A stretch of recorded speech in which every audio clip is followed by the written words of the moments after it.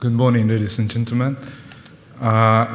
Yesterday I prepared my remarks, and I read the text, and it took me 11 minutes. So if you don't mind, I will talk for 11 minutes.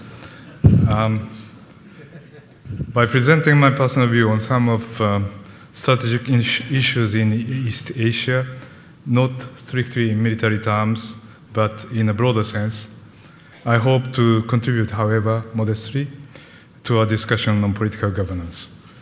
Indeed, while the world focuses its attention on the explosive situation in the Middle East and West Asia, particularly Afghanistan, Pakistan, among others, the East Asia region is undergoing a quiet but strategic transformation which could affect the world security outlook in the medium term, and which needs to be taken into account when we discuss global governance.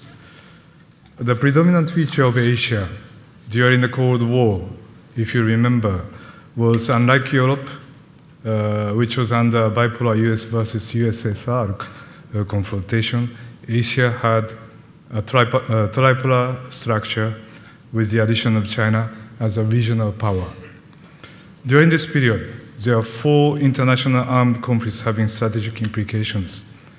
There were the Korean War, in which the US and China fought, the Vietnam War between the US and Vietnam, Sino-Soviet armed conflict, and Vietnam's invasion of Cambodia, as well as the resulting Chinese invasion of Vietnam.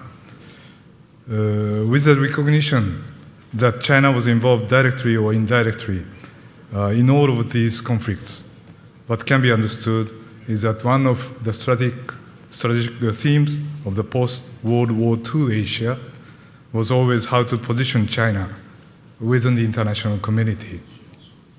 Meanwhile, after the painful experience of the Vietnam War, US shifted to a strategy of maintaining stability in the region while exerting its own influence in maritime East Asia through the presence of its Seventh Fleet and security agreements with Japan, the Republic of Korea, and Australia.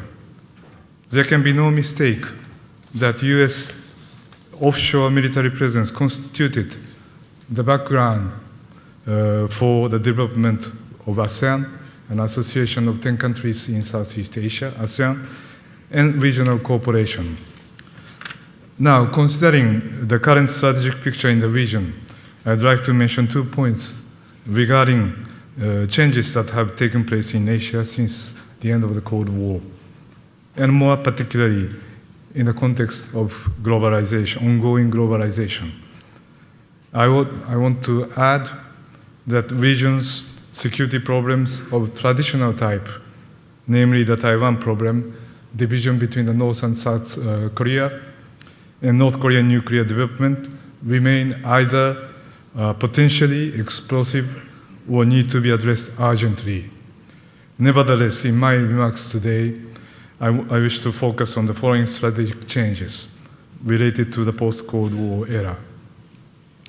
The first point is that China, once a regional power, has now become a global power.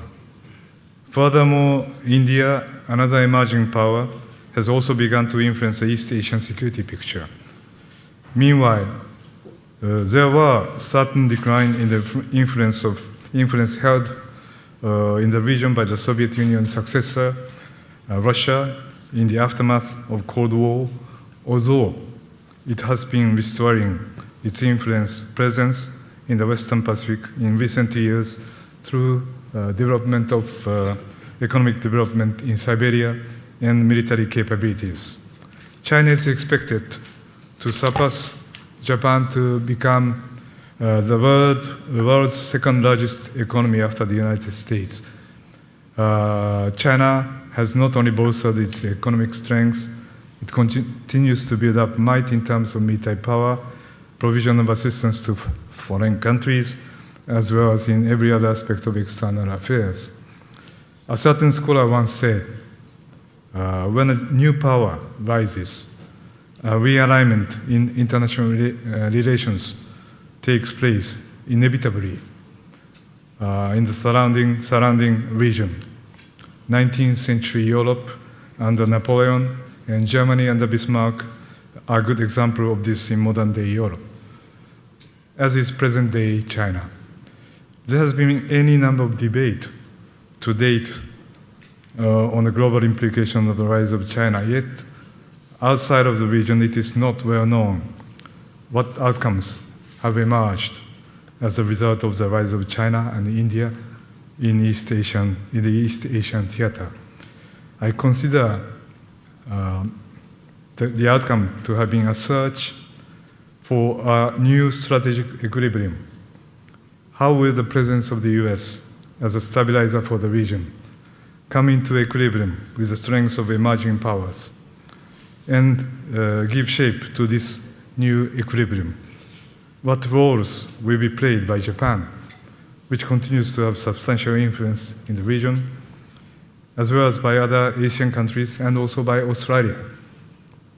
These questions are what I consider to be the essence of East Asian security. If ever we fail to achieve this equilibrium, the outcome could be profoundly destabilizing. Secondly, it is necessary to touch upon the process of regional integration. In East Asia, currently 55% of the entire trade volume of 10 ASEAN countries plus Japan, China, the Republic of Korea is conducted intra-regionally. In the European Union, for example, the equivalent figure stands at 62%. If we consider that in East Asia, regional institutions akin to those of the EU are still only in a rudimentary stage, this figure is striking. It can be said that in the East Asia, intra-regional economic exchanges resulting primarily from the development of manufacturing networks across national borders have overtaken the speed at which institutions for regional integration have been created.